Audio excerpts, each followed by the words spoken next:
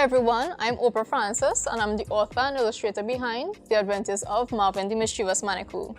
Thank you for joining us today for another episode of the Marvin and Friends Craft and Storytime series. Today I'll be reading a bit from my book, The Adventures of Marvin the Mischievous Manicou, Far From Home.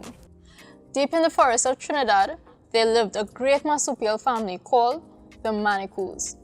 There was Papa Manicou, Mama Manicou, Grandpa and Grandma Manicou, and several aunt and uncle Manicous, and even more children Manicous. The Manicous were very humble in nature and came out to play mainly at night. Marvin, on the other hand, loved to roam the woods and look for adventure all day and all night. Marvin was the youngest of the Manicou family and by far the most mischievous. He played tricks on his siblings, hid from his parents, and snuck away to explore the forest around him. Marvin's father would always warn him about wandering off into the woods by himself, especially during the hunting season. "Marvin, why are you always running off and hiding like that?" his father would tell him. "Those hunters out there, they're not easy, you know. They will skin you alive," his father cautioned. "Your father is right, Marvin," said his mother. "One of these days you may run off and no one will be able to find you." But being as mischievous as he was, Marvin never listened. One night while playing with his brothers and sisters, Marvin decided to play a prank. He thought and thought until he came up with a master plan. He would run off and hide a short distance away from home, and when his siblings came looking for him, he would jump out and scare them. Certainly, this would be a good prank to play, Marvin thought. So, he left his siblings behind and he ran off into the forest. When they realized that Marvin was missing, some of his brothers began looking for him. Hidden beneath some soursop leaves, Marvin could hear his brothers calling his name. "Marvin! Marvin! Where are you?" they yelled, but Marvin stayed quiet. "Marvin! Marvin!" they shouted, but Marvin still did not answer. Just as he was about to jump up from the pile of leaves, he heard his brothers scream, "Hunters!" On hearing this, Marvin grew frightened. He scampered from under the leaves, but before he had a chance to reveal himself, his brothers had already run off. Marvin turned around and saw 4 hunters making their way towards him. Overwhelmed with fright, Marvin fainted. Marvin woke up the next morning, looked around and realized he was all alone in the woods. He hurried back home, but to his surprise, no one was there. His family had run off and left him when they heard about the approaching hunters. Alone in the forest, Marvin recalled his mother's words. "One of these days you may run off and no one will be able to find you." "What will I do?" Marvin said to himself as he sat down and cried. Suddenly, he heard something moving in the trees above him. "Mama, is that you?" "Papa, are you there?" Marvin yelled, but no one answered. He spun around as he heard the rustle in the leaves again, but he still saw no one.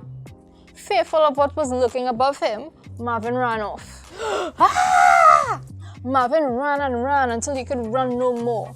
Gasping for breath, he stopped and looked up into the trees. He hoped to see what had been chasing him all along. Suddenly, he heard a great howl, louder than anything he had ever heard before. He dropped to the ground, closed his eyes in fear, and then he heard a chuckle above him. He opened his eyes only to see a red howler monkey dangling above him. Marvin jumped back in shock as the monkey laughed. "Who are you, and why are you chasing me?" Marvin asked, but the monkey continued to laugh. Very much annoyed at the monkey's laughter, Marvin stood up and yelled, "Hey, it's you I'm talking to." Yes, little Manicou. Why do you have to be so loud?" said the monkey. "Who are you and why are you chasing me?" said Marvin. "I am Monty of the Red Howler Monkeys," said the monkey. "You seem lost. What is the problem, dear Manicou?" "Lost? Who, me?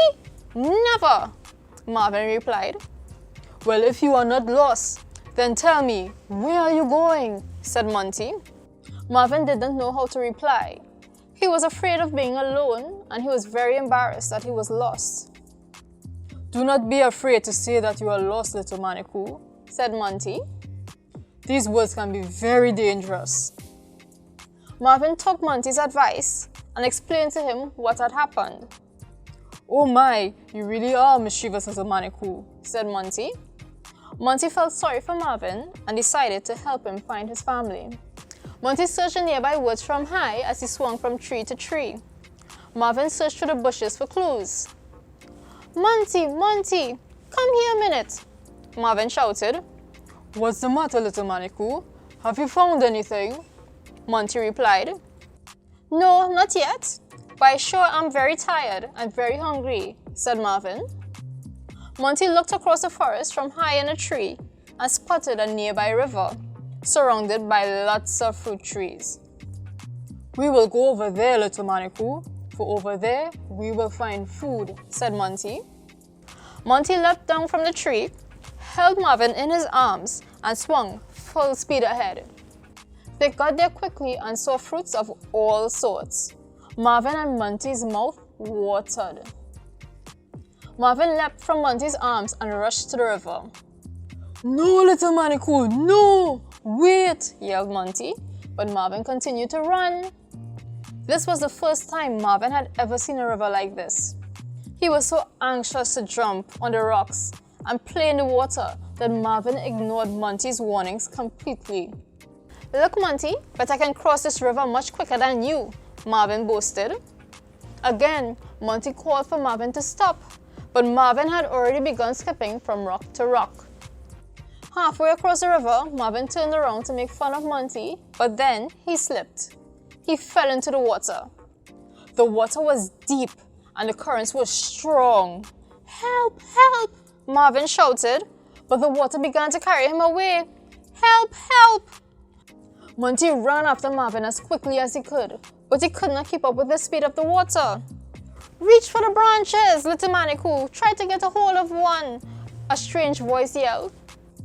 There were several tree branches and vines that hung over the river. Marvin grabbed and grabbed, but he could not get a good hold of any. Finally, he was able to get a good grip of a vine. Monty rushed across to rescue Marvin. "I'm slipping, Monty! Help! Help!" Marvin cried out. To find out what happens at the end of the adventures of Marvin the Mischievous Manicou, Far From Home, get your copy out now.